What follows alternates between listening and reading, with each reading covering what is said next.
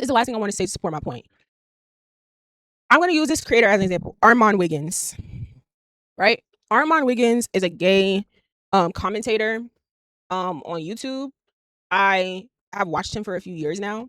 I catch his lives a lot, right? Like a lot. Okay.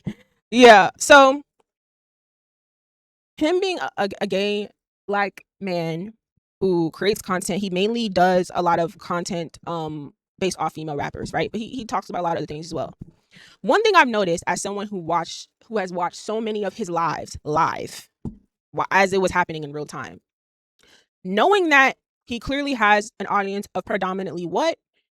Black women, straight women, straight black women, right? Whenever he wants to have a conversation about the gay community or talk about homophobia within the black community from women, guess what's in the chat, right? Anytime he wants to have a conversation about what he can relate to as a gay man and his experiences, his community, his following, his subscribers and following, full of mostly straight women, are flooding the comments like, "Why are you making this about women? Why are you making this about straight black women? Why are you making this about us? What's the problem?" Da, da, da, da. When a gay man, like literally wrap your minds around this. When a gay man wants to get on his platform and talk about issues that he has to face or he can relate to within his community,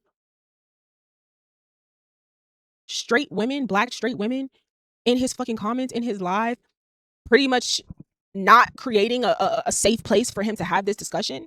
And they're the predominant makeup of his following. Is that not odd? But then so this is why when people get on social media and say that straight women have a homophobia problem, that straight black women have a homophobia problem, I'm not going to sit up here and jump and say that that's not true, because I've seen it in real time. And it's so fucking strange because you, as a straight woman, you are in this gay man's live. You watch his content. You like when he talks about anything else. But the moment he opens his mouth about any queer issues, any gay issues within his community that he faces, that they face from your community, you shut it down or you deflect. And you're like, well, why are you making this about us? Well, it's about you because your group of people, some of your group of people that are sitting in me watching my gay ass right now, secretly hate me. And it's weird. And so, yes, this is going to be a conversation that he's going to make about y'all because of the hypocrisy you display. A lot of these straight men, again, they are very openly, don't fuck with that gay shit, keep it over there. They don't dibble and dabble the way that straight women do in the queer community and out of it. They don't do that. Some of them do. Again, there's exceptions to every rule. I'm not speaking in absolutes. But for the most part,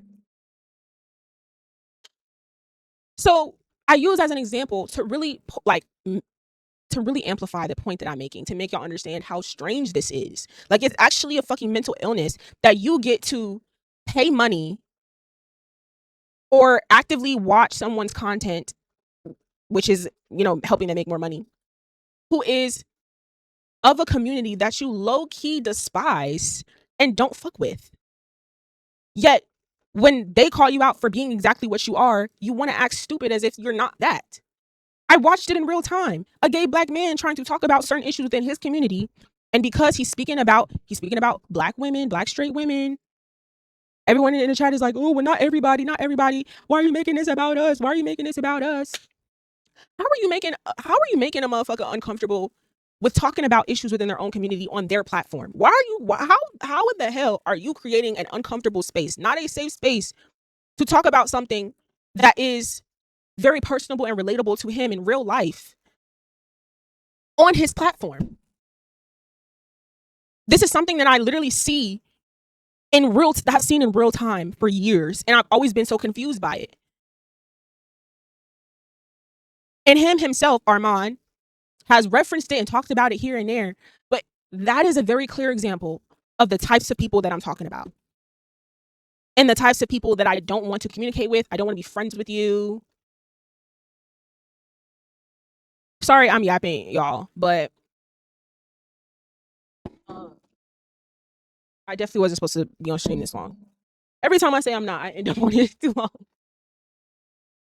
But do y'all not think that that's weird? Like, do y'all understand what I'm unpacking here? Do you understand the type of person that I'm unpacking here? And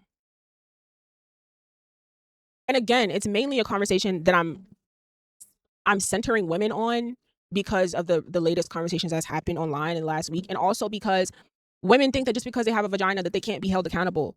Women think that just because they have a vagina and they're also black that they cannot be a bigot, that they can't be called out for ignorance. Like, in what world can that really be a reality? Where just because you are oppressed,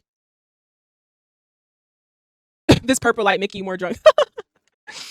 That just because you are more oppressed than everyone else, right?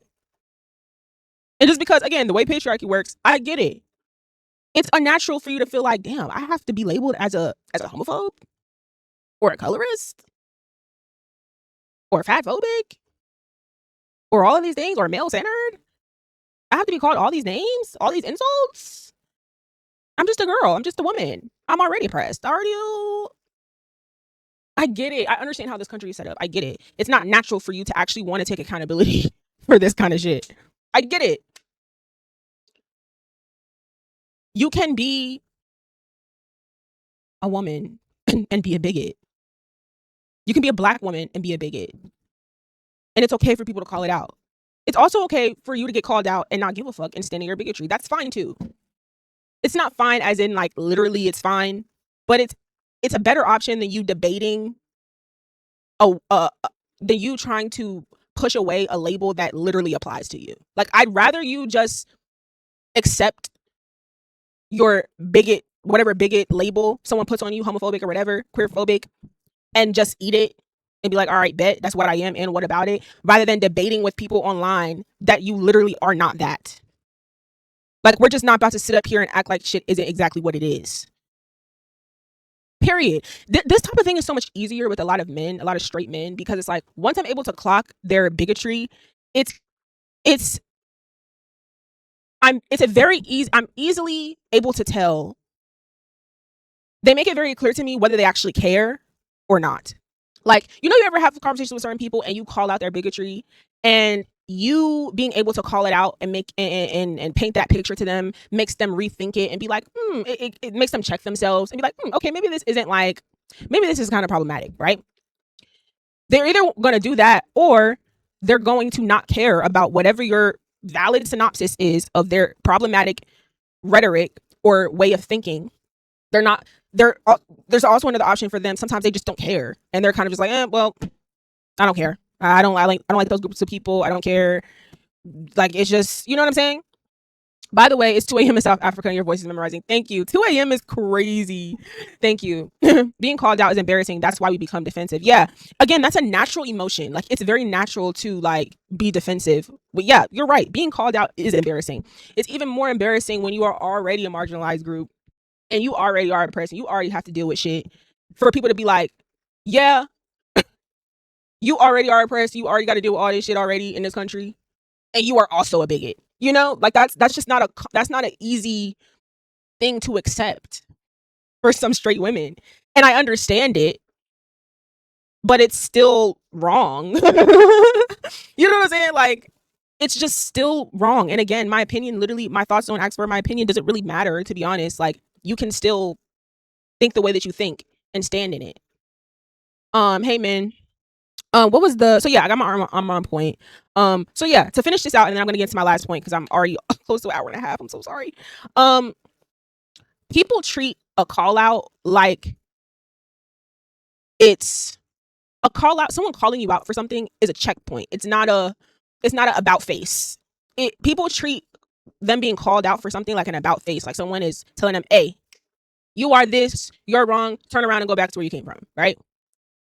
And I understand why that is. I blame cancel culture for that. We're going to get into that in a second. But what it really is, like in real life with real humans, not social media, being called out or checked for something is a checkpoint. It's an opportunity for you to check yourself and be like, damn, do your research, talk to some people, do whatever you need to do and be like, you know what? I have some things, some problematic behaviors that I need to check. I need to do something about this. This isn't good. This isn't cool. This isn't what I want to represent. I want to do something about this. There's people forget that in real life, I get that y'all are tied up in how cancel culture has like fried y'all brains and y'all cancel people for every little thing and they can't have any type of redemption. I get it. So you carry that into your real life. And when someone calls you out for something, you have to be so defensive because you're used to calling other people things and making them shut up and canceling them and they can't change and be better. So now when you get called out for the same thing or something bad, you don't allow yourself to have any room for growth or to change because you feel you have invested so much energy into this culture, into this cancel culture, that you can't even give yourself any type of room for redemption when that literally is not, that's just not how this human experience works.